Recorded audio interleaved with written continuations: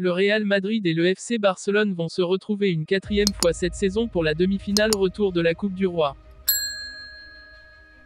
Avant de commencer, si c'est la première fois que tu passes ici, je t'invite donc à t'abonner, c'est gratuit, ça prend 2 secondes et ça fait plaisir. Merci beaucoup à toi.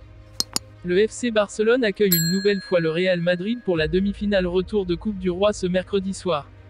Pour l'occasion, les deux coachs ne devraient pas innover et aligner leur équipe type du moment. Après les 2 défaites du mois dernier lors du match aller en Coupe du Roi, 0-1 puis en Liga 1-2, le Real Madrid affronte une nouvelle fois le FC Barcelone lors du Classico ce mercredi soir.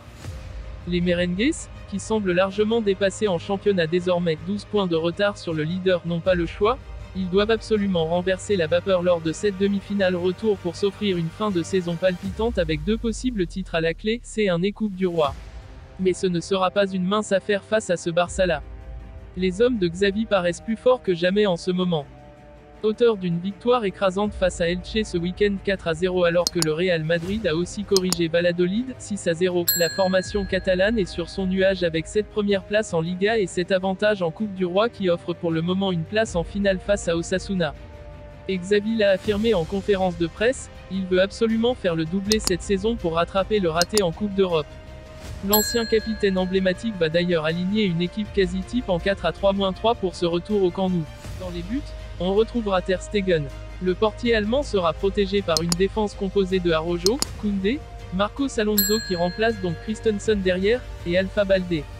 Au milieu de terrain, Sergio Busquets sera épaulé par Sergi Roberto et Franck Kessié, auteur du but vainqueur lors du dernier Classico.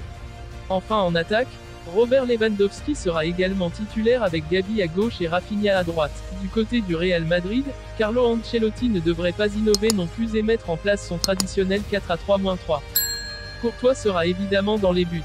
En défense, Carvajal et Nacho devraient débuter sur les couloirs avec la charnière Militao et David Alaba, préféré à Rudiger donc.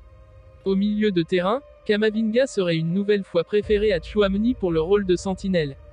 Kroos et Modric compléteront le milieu.